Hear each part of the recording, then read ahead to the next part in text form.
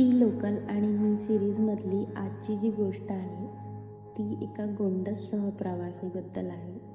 एक निरागस जीव आहे, त्याच्याबद्दल मी तुम्हाला आज सांगणार आहे. त्याची स्टोरी तुम्हाला खूप आवडेल, ऐका. टायटल आहे लोकलचा गोंडस सहप्रवासी. मुंबई धावपळीचं, गर्दीचं, गोंगाटाचं शहर.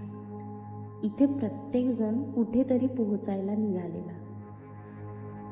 वेळेवर ऑफिस, कॉलेज, कामं आणि हे सगळं करताना मुंबईकरांचा खरा मित्र म्हणजे लोकल ट्रेन. मी देखील त्यातलीच एक.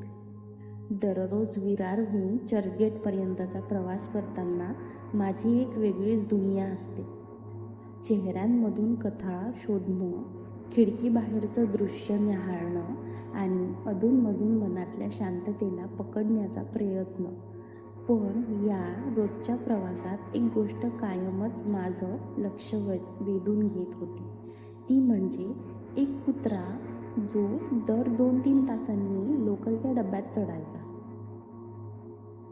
सुरुवातीला वाटलं चुकून चढला असेल, पण तो नेहमीच एका विशिष्ट वेळेला ठराविक डब्यात चढायचा. कोणीतरी त्याला हाकलायचं, पण केला तरी तो शांतपणे बाजूला बसायचा, एखाद्या अनुभवी प्रवाशासारखा. त्याचा रंग फिकट, तपकिरी, डोळ्यात एक शांत झळाळी आणि चेहऱ्यावर विलक्षण निरागसता. काही बायकांनी त्याला भोलू नावही दिलं होतं.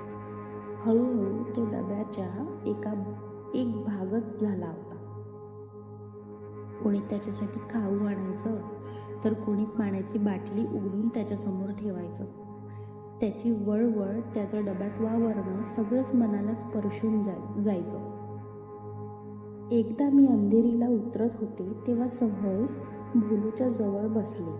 तो शांतपणे माझ्या पायाजवळ बसला. पाहिले मला. थोडी भीती वाटली की हा चावला तर, पण नाही. मी माझ्या मनातल्या भीतीला मनामध्ये लपवून मी त्याच्या डोक्यावरून हात फिरवला आणि तो माझ्याकडे बघून डोळे मिटून बसला, जणू कुणी फार काळानंतर ओळखीचा हात पाठीवर ठेवावा तसं. त्या एका क्षणात माझ्या मनात प्रश्न उभा राहिला, हा इथे एकटाच फिरतो आहे, त्याचं कुणी आहे का नाही? दुसऱ्या दिवशी मी त्याच वेळेची लोकल पकडली. पुन्हा